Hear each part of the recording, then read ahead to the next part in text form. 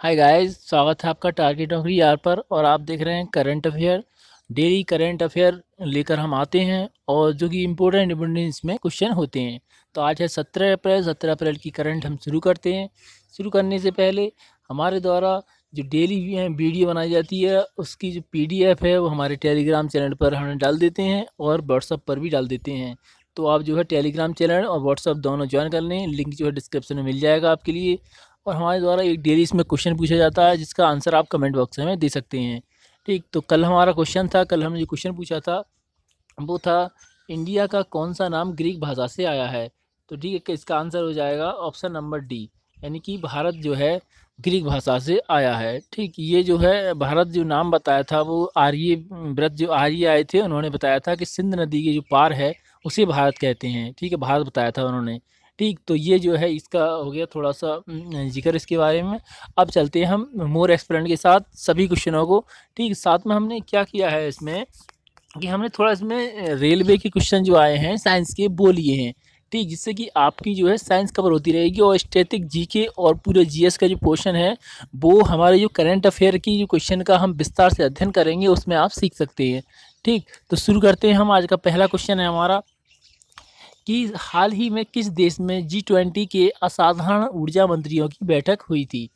तो कौन C answer हो जाएगा इसका? सऊदी अरब। सऊदी अरब में जो है अभी रिसेंटली हुई थी कौन सी मिनिस्टर की एनर्जी मिनिस्टर यानी कि ऊर्जा मंत्री की बैठक हुई थी। अभी कहाँ पर कहाँ हुई है? सऊदी अरब में हुई है। ठीक है, ये जो है ऑनलाइन हुई है, ऑनलाइन हुई है सऊदी अरब में। ठीक, तो देखिए ये सिस्टम क्या है पहले आप समझ लेते हैं G20 के बारे में। जब G20 की जिक्र आई है तो G20 के बारे में समझ लेते हैं। तो देखिए G20 के बारे में समझते हैं कि इसमें G20 में कितने देश हैं। तो जी अगर 20 का मतलब ही जो कितने 10 देश हैं, 20 देश है इसमें। ठीक, 20 देश हैं। अब जो बैठक है अभी वाली जो कहाँ हुई है? सऊदी अरब में 2020 की। ठीक, 2020 की कहाँ हुई है? सऊदी अरब में। तो 2019 की कहाँ हुई थी? ठीक, और 2018 की कहाँ हुई थी? ठीक, ये भी जान लेते हैं क्योंकि अगर हमारा पीछे वाला बैक वाला पूछ भी सकता है। तो 2019 की हुई थी ओसाका में, ओसाका में हुई थी। और ये ओसाका कहाँ पर है? जापान में है। और 2018 की कहाँ हुई थी? तो ये थी ब्यूनस आयर्स। ब्यूनस आयर्स एक जगह है जो कि कहाँ पर है? अर्जेंटीना में, वहाँ पर हुई थी। ठीक, इसकी ये तो हो गई बैठक। अब जान लेते हैं इसकी जो है स्थापना कब हुई थी। तो इसकी स्थापना हुई थी 1999 में। ठीक है, 1999 में इसकी स्थापना हुई थी। और आप जानते हैं इसका उद्देश्य क्या है? ठीक है, G20 का जो G20 देश है इसका उद्देश्य क्या है? तो देखिए इसका उद्देश्य है कि हमारी जो अर्थव्यवस्था है, G20 जो देश हैं शामिल हैं उसकी अर्थव्यवस्था को ठीक करना और उसमें औद्योगिक विकास करना। ठीक है, ये इनका उद्देश्य है। ठीक, G20 सदस्यों का। ठीक है, अब इसके बाद ये जो ऊर्जा मंत्री, ठीक है, किसकी हुई है? ऊर्जा मंत्रियों की हुई है। ठीक, तो ऊर्जा मंत्री की हुई है तो भारत की तरफ से किसने भाग लिया? तो भारत की तरफ से ऊर्जा मंत्री कौन है भारत का? ठीक है, तो धर्मेंद्र प्रधान जो है वो कौन है? ऊर्जा मंत्री हैं। अभी ऊर्जा मंत्री कौन है? धर्मेंद्र प्रधान है। ठीक, भारत के। और इसकी अध्यक्षता किसने की? तो अध्यक्षता इसकी वही करता है जिस देश में इसकी बैठक आयोजित होती है। तो इस किस देश में हुई है? सऊदी अरब में हुई है। तो सऊदी अरब का जो ऊर्जा मंत्री होगा उसने ही अध्यक्षता की होगी। तो सऊदी अरब का अध्यक्ष वो कौन था? ऊर्जा मंत्री। तो था अब्दुल अजीज। अब्दुल अजीज नाम है उसका। ठीक है, इसका सऊदी अरब में जो बैठक हुई है, सऊदी अरब में अध्यक्षता की है उसने। ठीक, नेक्स्ट क्वेश्चन की ओर चलते हैं। और ठीक है, दिन भर मोटिवेट रहने के लिए आप हमारी वीडियो देखते रहें और साथ में जो है आप अपना लक्ष्य बनाएं धीरे धीरे।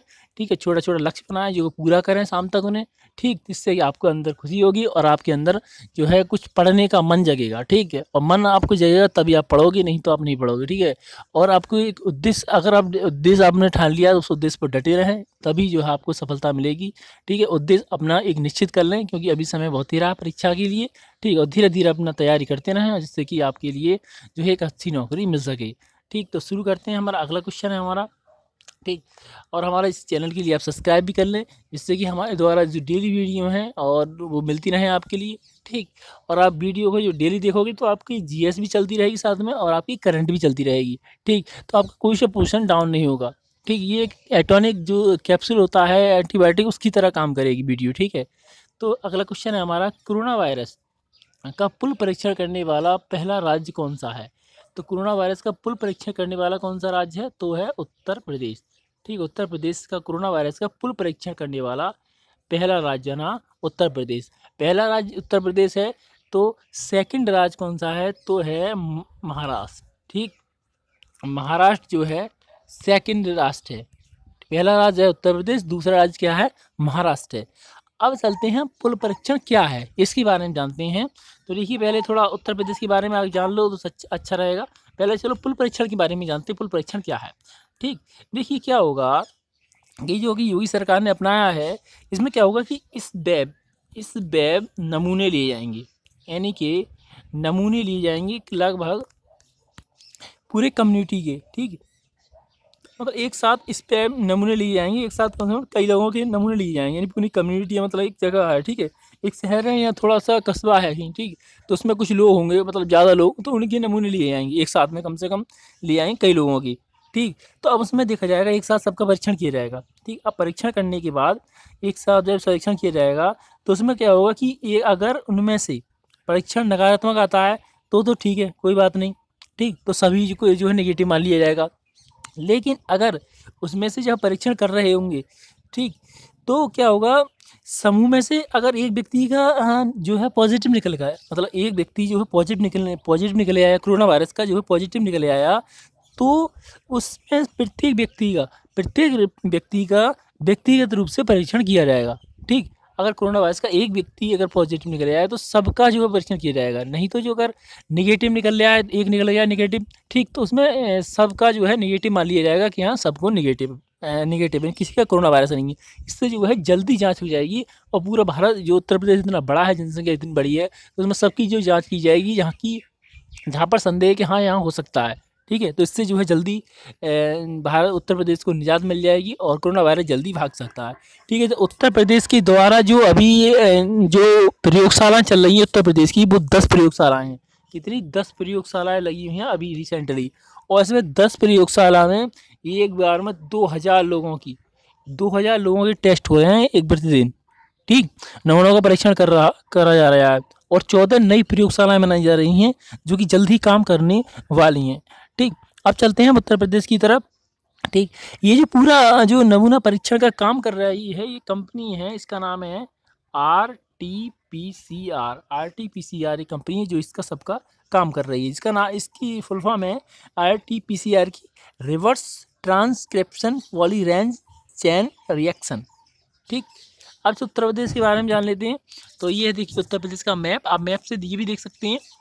पूछा जाता है क्वेश्चन कि उत्तर प्रदेश की सीमा किन किन राज्यों से लगी हुई है, तो यहाँ पर ये देख सकते हैं, ठीक। ये यहाँ पे देखिए, इधर ये हरियाणा हो गया, उत्तराखंड, नेपाल, बिहार, छत्तीसगढ़, ये छत्तीसगढ़, झारखंड और मध्य प्रदेश, ठीक। और यहाँ ये राजस्थान से इधर लगती है सीमा, ठीक। तो ये हो गई इसकी सीमा, कहाँ कहाँ से लगती है आप देख सकते हैं, ठीक। और आप टेलीग्राम पर हमारे जुड़ जाओगे तो ये सब पूरी PDF आपको मिल जाएगी वहीं पे, आप वहीं पे जो है पूरा देख सकते हैं।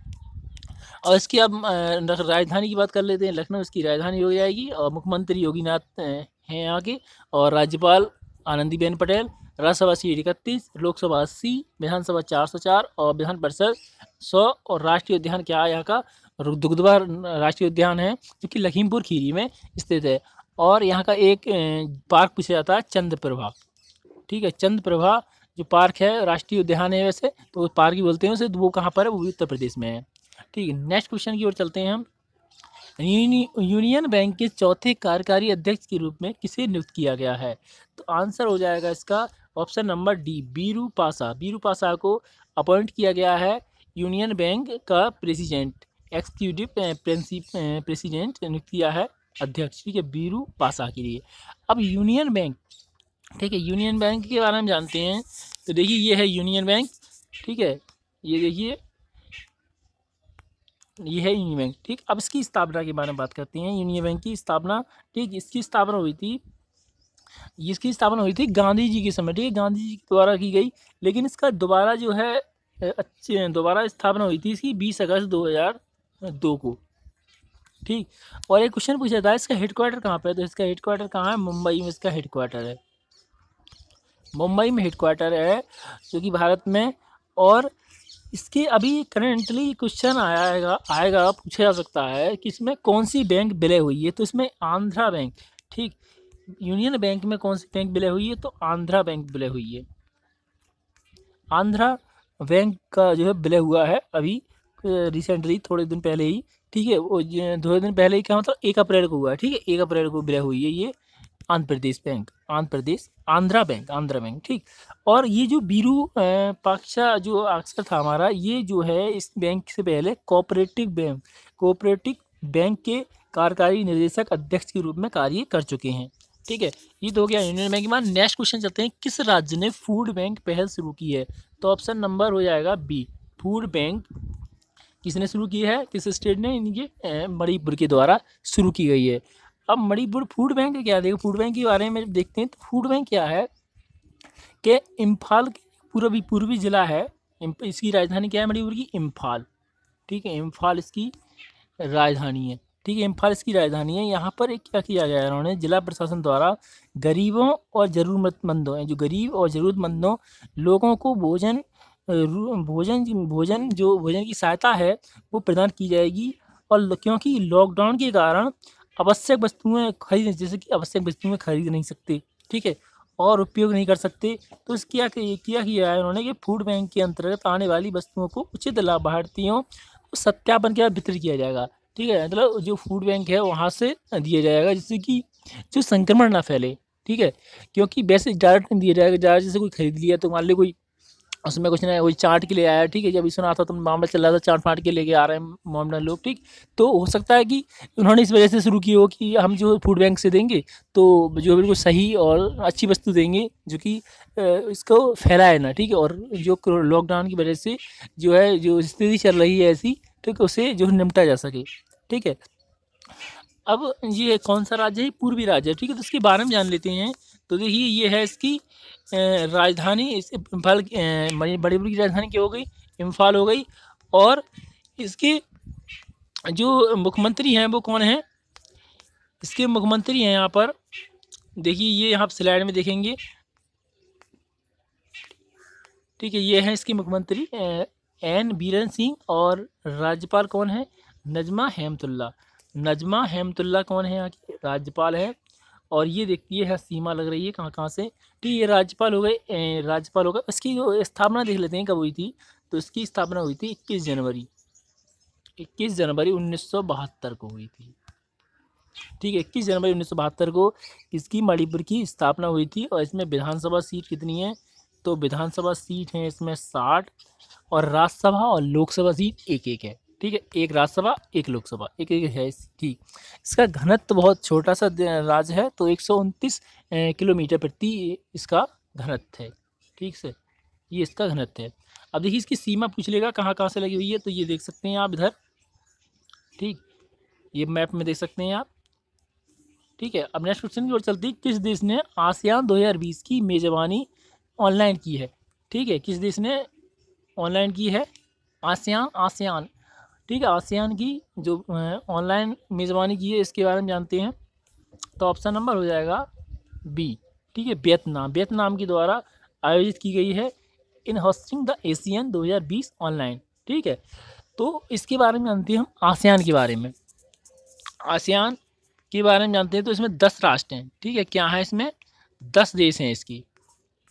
आसियान के समूह शामिल हैं, वो 10 देश शामिल हैं। ठीक है, ये देखिए ऑप्शन आपको थोड़ा दिख रहा होगा, अब पूरा दिख जाएगा। ठीक है, पीडीएफ में पूरा आपको दिख जाएगा।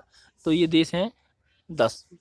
ठीक, 10 राष्ट्र हैं, और किसने की है, वियतनाम ने सबसे नीचे है, उसने वियतनाम ने की है।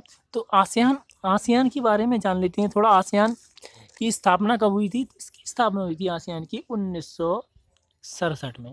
1967 में इसकी स्थापना हुई थी। और कहाँ पर हुई थी, तो बैंकॉक में हुई थी।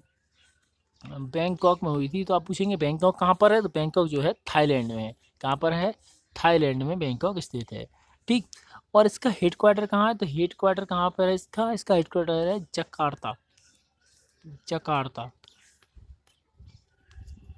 जकार्ता में इसका हेडक्वार्टर, जो कि इंडोनेशिया की राजधानी है, जकार्ता में। ठीक है, हेडक्वार्टर कहाँ पे है, जकार्ता में है। ठीक, और इसके जो अध्यक्ष हैं अभी फ़िलहाल में अध्यक्ष हैं वो कौन है, ली सिम लॉन्ग, ली सिम लूंग इसके अभी अध्यक्ष हैं। ठीक है, इसका एक राष्ट्रीय वाक्य पूछा जाता है, क्या है, तो इसका राष्ट्रीय वाक्य है एक दृष्टि एक पहचान एक समुदाय, एक दृष्टि एक पहचान एक समुदाय। ठीक, इसका राष्ट्रीय वाक्य है। और एशियान, ठीक है, इसकी पूरी स्पेलिंग क्या बोलते हैं, ASEAN, एशियान, आसियान, इसे आसियान बोलते हैं। ठीक है, तो इसका फुल फॉर्म होता है association of south east Asian nation. ठीक है, क्या है, association of south east Asian nation. अगर हिंदी बात की जाए तो दक्षिण पूर्वी एशियाई राष्ट्रों का संगठन, ये इसकी फुल फॉर्म हो जाती है। ठीक, अब चलते हैं हम नेक्स्ट क्वेश्चन की ओर कि पुल जो है पूथंडू किस राज्य में मनाया गया है। एक ये नृत्य है, ये पूथंडू किस राज्य में मनाया गया है, तो ये मनाया गया है तमिलनाडु में। पूथंडू किस में मनाया गया है, तो तमिलनाडु में मनाया गया है। ठीक, पूथंडू किसका है, तमिलनाडु का नृत्य है। ठीक, जो कि मनाया जाता है तमिलनाडु में। अब तमिलनाडु के बारे में जानते हैं, तो तमिलनाडु के जो मुख्यमंत्री हैं वो कौन है, के पलानीस्वामी और बनवारी लाल पुरोहित यहाँ के राज्यपाल हैं। और ये देख लेते हैं यहाँ। ठीक, तो पहले त्योहार देख लेते हैं। तो ये देखिए सीमा देख लीजिए कहाँ कहाँ से लगी हुई है, इधर समुद्र से लगी हुई है, इधर चेन्नई बेंगलोर मैसूर, इधर कोचिन केरल से लगी हुई है। ठीक है, तो ये होगी इसकी सीमा लगी हुई। अब जब हमने ये त्योहार की बात की है, ठीक है, यहाँ पर त्योहार यहाँ नृत्य पूछा जाता है। ठीक है, त्योहार ये क्या है, एक त्योहार या उत्सव। ठीक है, त्योहार या उत्सव जो कि और राज्यों में मनाए जाते हैं। तो महत्वपूर्ण कुछ और हैं, उन्हें और देख लेते हैं। एक मनाया जाता है संगई कहाँ मनाया जाता है, तो ये मनाया जाता है मणिपुर में। कहाँ मनाया जाता है, मणिपुर में मनाया जाता है।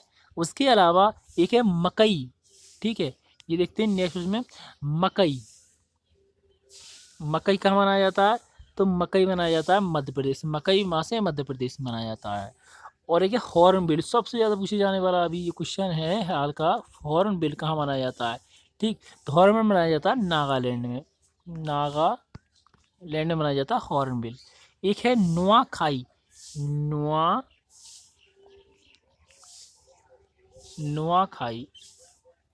ठीक है, नुआखाई ये कहाँ मनाया जाता है, ये मनाया जाता है उड़ीसा में, महोत्सव है। ठीक है, ये उड़ीसा में मनाया जाता है नुआखाई। ठीक है, हॉर्नबिल नागालैंड में, मकई मध्य प्रदेश में, उससे पहले क्या बताया था हमने, संगई जो उत्सव मणिपुर में मनाया जाता है। ठीक, नेक्स्ट क्वेश्चन है फीफा विश्व कप 2022 किस देश में आयोजित किया जाएगा। ठीक, तो ऑप्शन ये खेल से क्वेश्चन हो गया, ये कतर में 2020 का जो है कहाँ आयोजित होगा, वर्ल्ड फीफा हमने कतर के द्वारा। ठीक, तो 2022 का कतर में होगा, तो 2000 ये 4 साल बाद होता है, ये 4 साल बाद होता है। तो 2018 में हुआ होगा, तो 2018 का कहाँ हुआ था, तो हुआ था रूस में। कहाँ हुआ था, रूस में हुआ था। ठीक है, देखिए यहाँ देखते हैं, रूस में हुआ था। और ये इसमें विजेता कौन था, तो विजेता थी फ्रांस इसमें फ्रांस ने जीता था ये। और विजेता थी क्रोएशिया की टीम जो है उपविजेता थी। फ्रांस विजेता, क्रोएशिया उपविजेता थी। ठीक है, और ये फीफा की फुल फॉर्म क्या होती है, federation international the football association. ठीक, जो फीफा की स्थापना हुई थी तो 1930 में इसकी स्थापना हुई थी फीफा की। और इसमें जो पूछा जाता है कि कितनी टीम शामिल होती हैं, तो इसमें 32 टीमें, ठीक है, 32 टीमें शामिल होती हैं जब ये खेल होता है तब। ठीक है, 32 देशों की टीम इसमें भाग लेती हैं। अब चलते हैं हम नेक्स्ट क्वेश्चन की ओर। अब चलते हैं हम विज्ञान के क्वेश्चन है कि अणु, ठीक है, अणु शब्द से परिचय द्वारा 1896 में किसने कराया था। ठीक है, ये देखते हैं किसने कराया था, तो विलियम ऑस्टवाल्ड ने अणु शब्द से परिचय कराया था, विलियम ऑस्टवाल्ड ने। ठीक, अब शब्द से परिचय तो इन्होंने कराया था, ठीक है, लेकिन इसकी खोज किसने की, तो इसकी खोज की थी अणु की, वो की थी खोज, देखते हैं, डेमोक्रिटस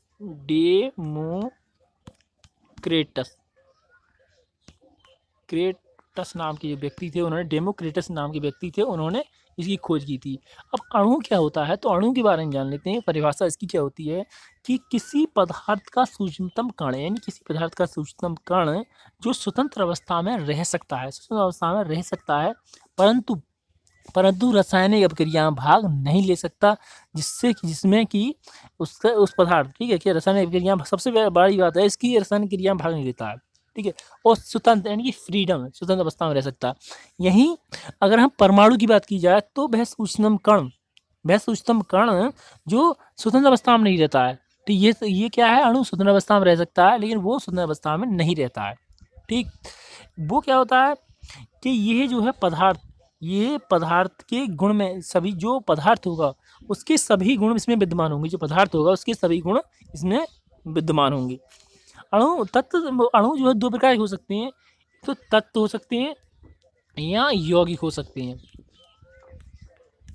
तत्व या यौगिक हो सकते हैं। ठीक, यही एक क्वेश्चन पूछता है कि परमाणु को सबसे पहले किसने बताया, व्याख्या की, तो डाल्टन ने। ठीक है, तो डाल्टन जी हैं, उन्हें परमाणु का सबसे पहले मॉडल प्रस्तुत, मतलब वो व्याख्या की थी इसकी इन्होंने, कि परमाणु में छोटा से छोटा कण है जो कि अविभाज्य है। ठीक है, बाद में इसकी परिभाषा गलत हो गई थी, डाल्टन ने बताया था ये। ठीक, नेक्स्ट क्वेश्चन की ओर चलते हैं कि किसी वस्तु द्वारा अपनी स्थिति या आकार लेने की वजह से लगने वाली ऊर्जा को क्या कहते हैं। ठीक है, तो ऑप्शन नंबर बी हो जाएगा ऊर्जा, स्थितिज ऊर्जा, जो कि अपनी स्थिति और वेग, स्थिति के कारण जो ऊर्जा उत्पन्न होती है उसे कहते हैं हम स्थितिज ऊर्जा कहते हैं। ठीक, अब देखिए स्थितिज ऊर्जा का एक सूत्र होता है mgh, द्रव्यमान, जी गुरुत्वाकर्षण, एच हाइट। ठीक है, इससे जो है कई क्वेश्चन पूछे जाते हैं, जो कि रेलवे ग्रुप डी में काफ़ी क्वेश्चन आए थे इनसे रिलेटिव, इस फॉर्मूले से। ठीक है, तो स्थितिज ऊर्जा स्थिति के कारण उत्पन्न होती है, उसे कहते हैं स्थितिज ऊर्जा। जैसे कि आप एक क्वेश्चन यहाँ से होता है कि घड़ी की जो चाबी है, जो घड़ी में चाबी भरी जाती है उसमें कौन सी ऊर्जा होती है, तो घड़ी में कौन सी ऊर्जा होती है, घड़ी चाबी में तो स्थितिज ऊर्जा होती है। और जैसे कि कमानी, यानी कि जो तीर खींचते हैं, जो धनुष खींचा जाता है, तो उसमें कौन सी ऊर्जा होती है, तो उसमें भी, धनुष में भी कौन सी होती है, तो स्थितिज ऊर्जा होती है। जी पूछ लिया था इसमें कौन सी ऊर्जा होती है। ठीक है, और एक होती है गतिज ऊर्जा और स्थितिज ऊर्जा। ठीक है, तो गतिज ऊर्जा क्या होती है, जो गति के कारण उत्पन्न होती है ऊर्जा, उसे कहते हैं गतिज ऊर्जा। जैसे कि मान लो एक क्वेश्चन पूछा जाता है कि ऐसी कौन सी चीज़ है कि जिसमें दोनों ऊर्जा विद्यमान होती है। ठीक है, गति के कारण, जैसे कि कोई गति से ऊपर से कोई वस्तु आ रही है नीचे, तो उसमें गति है तो गतिज ऊर्जा हो जाएगी। ठीक, लेकिन दोनों में ऐसी कौन सी चीज़ है जिसमें दोनों में ऊर्जा हो, मतलब स्थितिज हो और गतिज हो। ठीक, तो अगर ऐसा हो, ठीक, तो कौन सी होगी, अगर पहाड़ है, पहाड़ पे से एक हमने एक क्वेश्चन पूछा जाता है कि एक पत्थर लुढ़काया। ठीक है, पत्थर लुढ़काया तो नीचे जब गिरेगा तो उसमें स्थितिज और गतिज दोनों होंगी। कैसे होंगी, जब पत्थर आएगा तो कहीं ऊंची चट्टान होगी, कहीं नीचे चट्टान होगी, कहीं एकदम सीधा होगा इंसान, ठीक, सीधी जगह होगी। ठीक, तो यहाँ पर रुकेगी, बढ़ेगी, आगे बढ़ेगी। ठीक है, तो ये पत्थर जो गिरेगा या रुकेगा। ठीक, तो ऐसी जगह जब ये पत्थर गिरेगा, रुकेगा, तो इसमें दोनों ऊर्जा हो जाएंगी, स्थितिज ऊर्जा और गतिज ऊर्जा, इसमें दोनों विद्यमान हो जाएंगी। ठीक है, आज का जो क्वेश्चन है हमारा, ये तो हो गए हमारे क्वेश्चन विज्ञान से रिलेटेड। आज का जो क्वेश्चन हमने पूछा है, जो कि 23/10/2018 में ग्रुप डी में ही आया है क्वेश्चन, कि निम्नलिखित में से किसने भारत में मृच्छकटिकम पुस्तक की संकलित किया है। ठीक है, इसका आंसर आपको कमेंट बॉक्स में देना है, मृच्छकटिकम पुस्तक किसने संकलित की है।